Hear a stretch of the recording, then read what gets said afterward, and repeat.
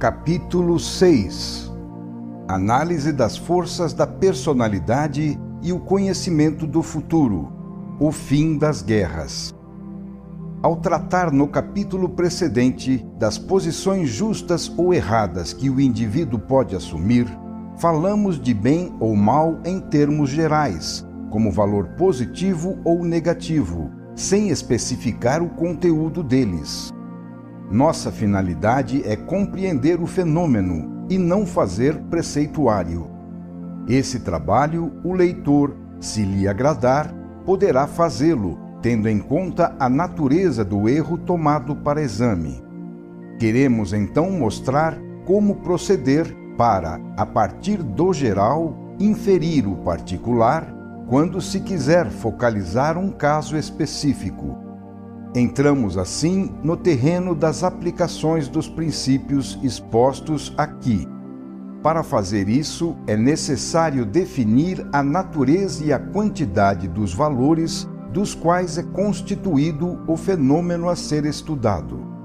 Estabelecida uma unidade de medida, pode-se determinar, no caso observado, o posterior desenvolvimento e a velocidade da progressão de sua evolução, bem como a dimensão do deslocamento do indivíduo no sentido positivo, segundo a lei, ou negativo, ante-lei, ao longo do seu caminho evolutivo. Pode-se também determinar o grau de afastamento alcançado pelo indivíduo em relação à linha da lei em sentido negativo, por falta de retidão, e o seu grau de proximidade em relação à lei em sentido positivo, como retidão. Assim, naquele segundo caso já estudado, pode-se observar o movimento de retrocesso involutivo realizado pelo indivíduo, não só em relação à força exercida por ele contra a corrente, mas também em relação à força exercida pela corrente a favor da evolução, e assim por diante. É possível, então, chegar à determinação qualitativa e quantitativa desses valores, porque se trata de forças.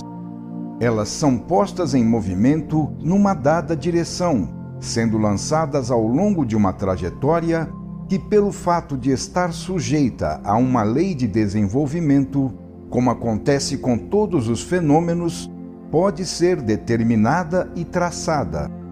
O princípio de causa-efeito liga em uma concatenação lógica os sucessivos momentos desse desenvolvimento, fazendo-o avançar sobre um trilho definido e a uma dada velocidade.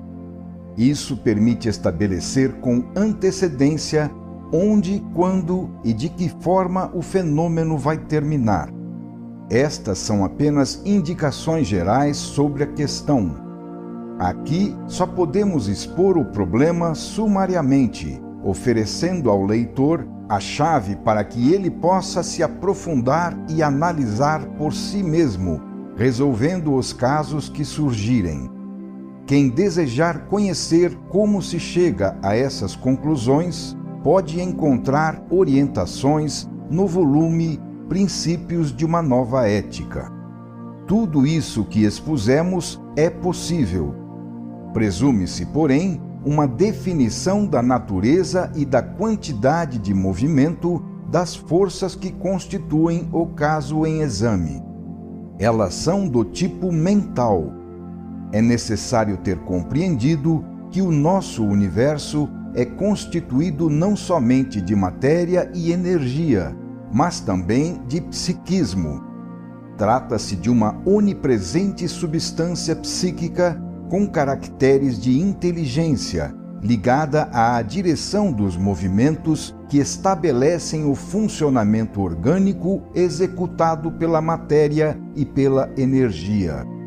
Sem tal essência, ao invés da ordem existente, feita de movimentos coordenados em direção a um fim determinado, segundo um processo construtivo de evolução, teríamos o caos total, no qual tudo ficaria disperso. O campo no qual agem essas forças de natureza psíquica diretoras de nossa vida, é a nossa personalidade, em cuja estrutura deveremos, portanto, descobrir a existência delas e, com isso, a origem primeira do lançamento da trajetória de seu desenvolvimento. Para conhecer tudo isso, devemos então olhar para dentro de nós, porque é de nossas qualidades e das ações delas decorrentes que depende, por dedução lógica de causa e efeito, o nosso destino.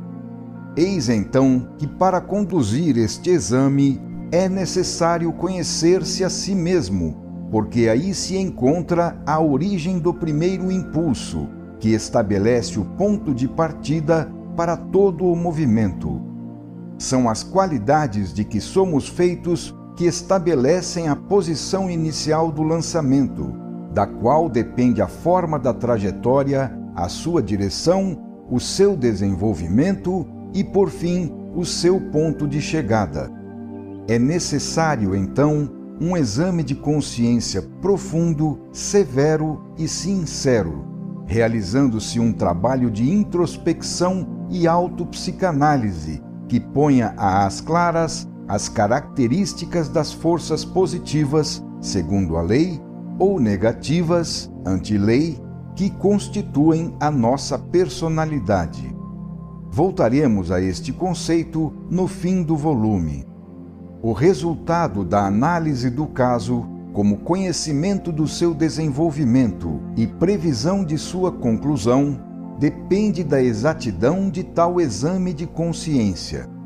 Este desenvolvimento é justamente aquilo que chamamos de destino, o qual, pelo fato de nos faltar o conhecimento necessário para poder conduzir tal análise, é considerado como uma fatalidade cega. No entanto, trata-se, pelo contrário, de um fenômeno analisável em suas causas, corrigível em seu desenvolvimento e controlável em seus movimentos. E é desse modo que ele será entendido, implantado e dirigido futuramente na vida, quando o indivíduo for consciente da lei. Para chegar a isso, é necessário compreender que o futuro já está contido em suas causas, que temos sob os olhos no presente. Eis então que o futuro é analisável em sua origem, fonte dos primeiros movimentos, da qual depende todo o resto. O problema está em saber compreender o conteúdo daqueles germes e a sua lei de desenvolvimento, para determinar sua direção e, assim, o ponto para o qual tende. Isso é possível porque todas essas coisas estão contidas naqueles germes. Se soubermos examinar e compreender tudo, eis que pela projeção do presente poderemos ver o seu futuro correspondente. Pelos princípios segundo os quais a lei atua, poderemos saber que forma tomará em cada caso o efeito das causas dispostas por nós para o bem ou para o mal. Pode-se, assim, conhecê-lo como um complemento lógico daquela causa, especialmente na reação corretiva por parte da lei. Ela, de fato, por princípio de ordem e equilíbrio, põe ao lado de cada movimento, à semelhança de um anticorpo, o correspondente fator compensador, que age como termo complementar.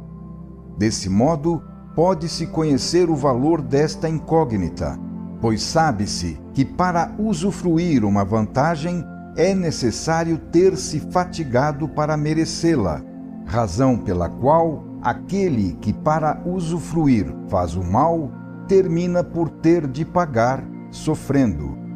Como se vê, não se trata de um trabalho de profeta, com base numa incontrolável intuição ou inspiração, acessível somente a poucos e em condições excepcionais, mas sim de um trabalho à base de lógica, acessível a todos em condições normais e em termos positivos. Assim, começa-se a entrar, com o método racional, no campo até agora reservado à ética e às religiões, resolvendo os problemas que elas propõem, mas não resolvem. E isso sem basear-se em afirmações gratuitas, não controláveis, mas sim usando uma técnica racional e uma forma mental científica. Até agora, a ciência e a fé partiram de pontos e usaram métodos muito diversos para poder estabelecer um diálogo e uma compreensão. Hoje, porém, o homem está se transformando de criança em adulto e, por isso, enfrenta tais problemas com outra forma mental. A ciência avança sobre todos os campos e invade também aqueles mais longínquos, preparando-se para enfrentar neles problemas que até agora, com os velhos métodos, têm permanecido insolúveis. Trata-se do encaminhamento em direção à religião científica da nova civilização do terceiro milênio. Uma diferente aplicação de tais conceitos, prática e imediata, podemos encontrar em outro campo.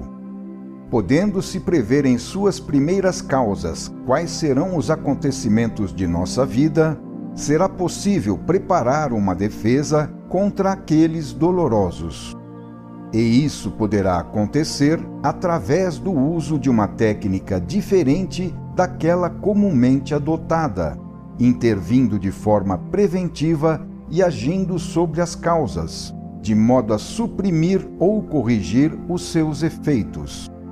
Trata-se de um novo método de defesa da vida, mais inteligente e decisivo.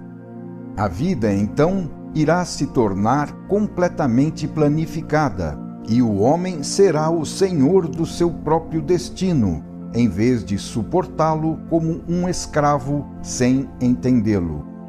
O jogo é claro.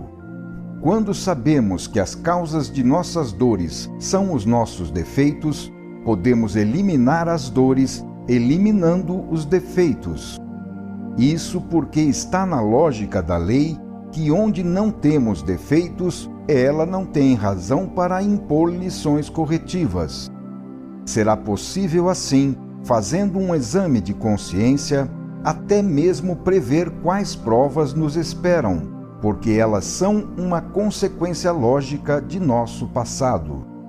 Mas é evidente que para nos libertarmos é necessário agir sobre as causas e, se não for possível, procurar pelo menos aliviar o peso das provas a enfrentar, colaborando com a lei, aceitando e compreendendo a sua lição. De fato, a finalidade da lei é ensinar, a fim de que não se repita o erro e, assim, não se tenha de suportar a dor correspondente. Certamente, quando o aluno aprende por meio da inteligência e da boa vontade, não há razão que justifique o método do chicote, porque dele não se tem mais necessidade para atingir aquele fim. Eis então, como aspecto utilitário do presente estudo, um método inteligente para evitar a dor. No final deste volume, aprofundaremos também este conceito. Isso poderia ser chamado de um novo tipo de seguro contra os males que nos ameaçam. Tal seguro, porém, só é obtido individualmente, com um trabalho consciente e inteligente.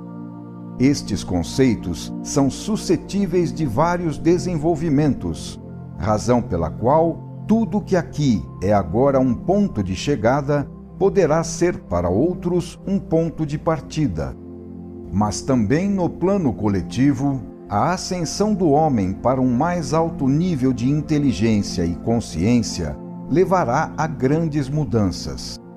Sabemos que a evolução tende a levar para uma diminuição progressiva da dor, reduzindo-a tanto mais quanto maior for o grau de compreensão da lei e, portanto, de harmonização com ela, o que significa evitar o erro e o correspondente sofrimento corretivo a ele ligado.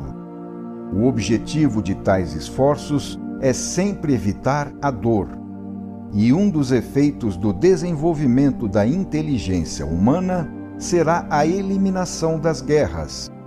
Esta será uma das grandes transformações que se verificarão no atual momento histórico, no qual termina um ciclo de civilização e inicia-se outro. A vida está empenhada a fundo neste trabalho. A abolição das guerras será o resultado da nova moral utilitária, baseada na inteligência. Isso não acontecerá por mérito de teorias pacifistas. Elas nunca serviram para nada. A vida não é feita de palavras, mas sim de fatos, baseando-se sobre um positivo cálculo utilitário.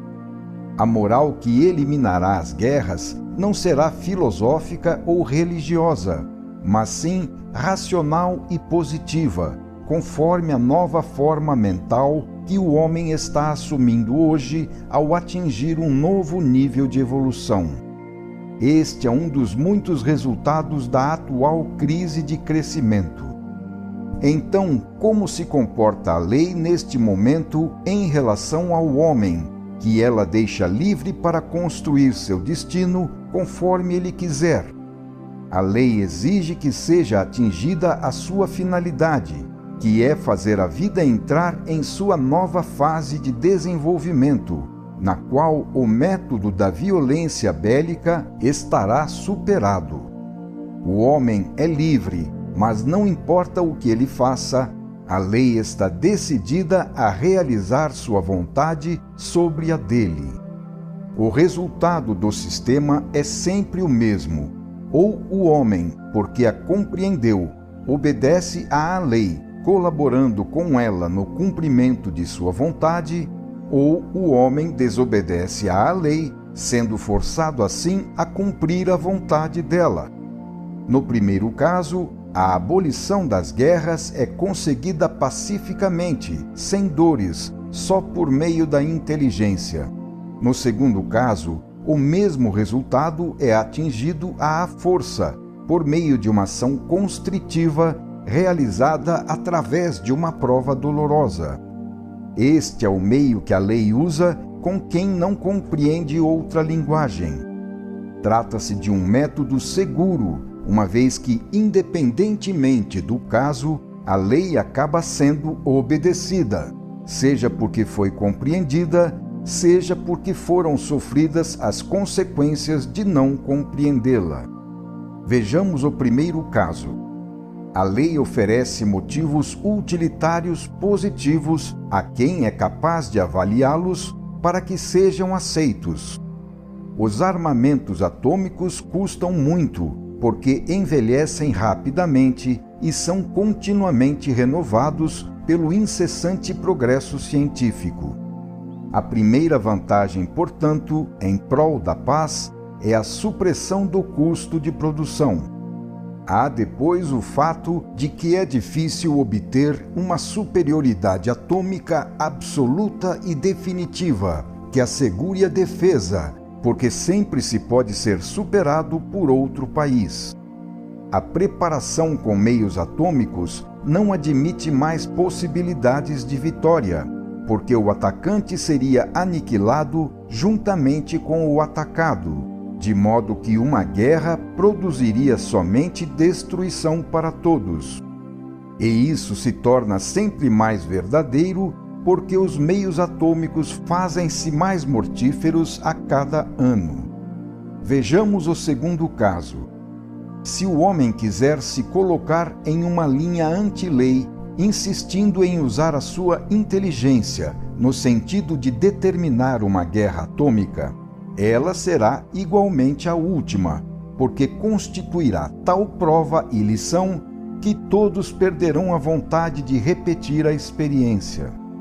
Assim, com o sistema do chicote, a lei saberá se fazer compreendida, alcançando a sua finalidade da mesma forma, ainda que o homem não queira compreender o absurdo de seu comportamento. E a culpa será dele, que pagará um alto preço, pois a sua liberdade não pode impedir que a lei se realize. Mas por que ela quer hoje a abolição das guerras? A lei quer isso porque não há mais necessidade delas para atingir seus fins. Se no passado a vida as aceitava, é porque tinham uma finalidade, que era misturar os povos, difundir as ideias e expandir a civilização dos conquistadores nos países conquistados. As grandes marchas dos exércitos no passado eram meios de comunicação através de massas inertes.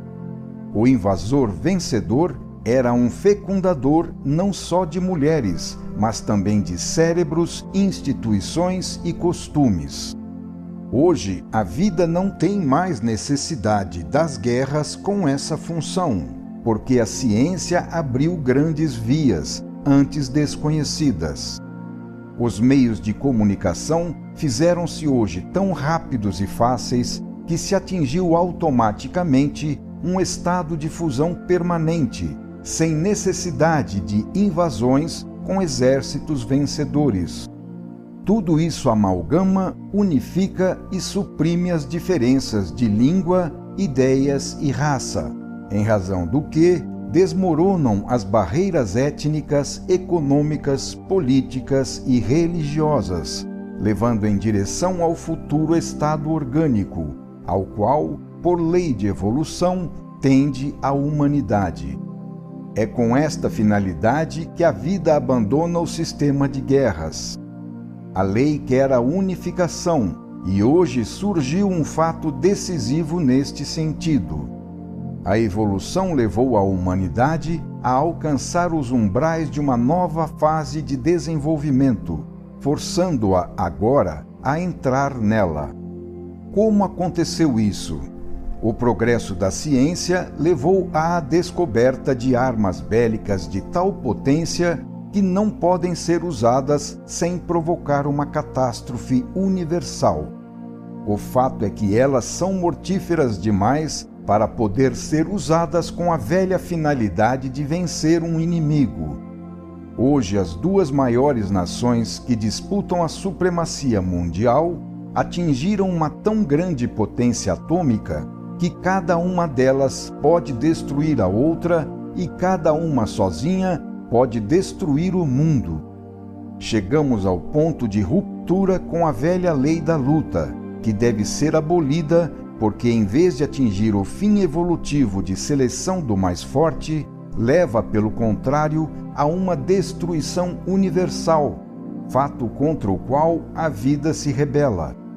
Essa é a forma pela qual a lei elimina as guerras, que não servem mais aos fins dela, pois não termina com o triunfo do vencedor selecionado, fato de utilidade biológica em sentido evolutivo, mas sim com a destruição de todos.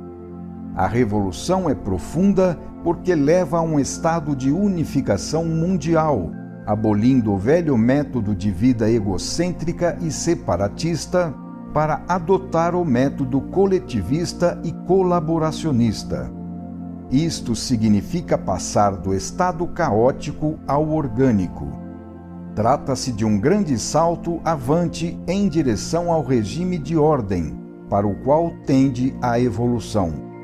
Vemos, de fato, que tudo isso hoje começa a se realizar, tanto no campo político como no religioso. Vem acontecendo entre os filhos separados do cristianismo e acontecerá para todas as religiões, cujas bases positivas serão dadas pela ciência, único conhecimento de tipo universal.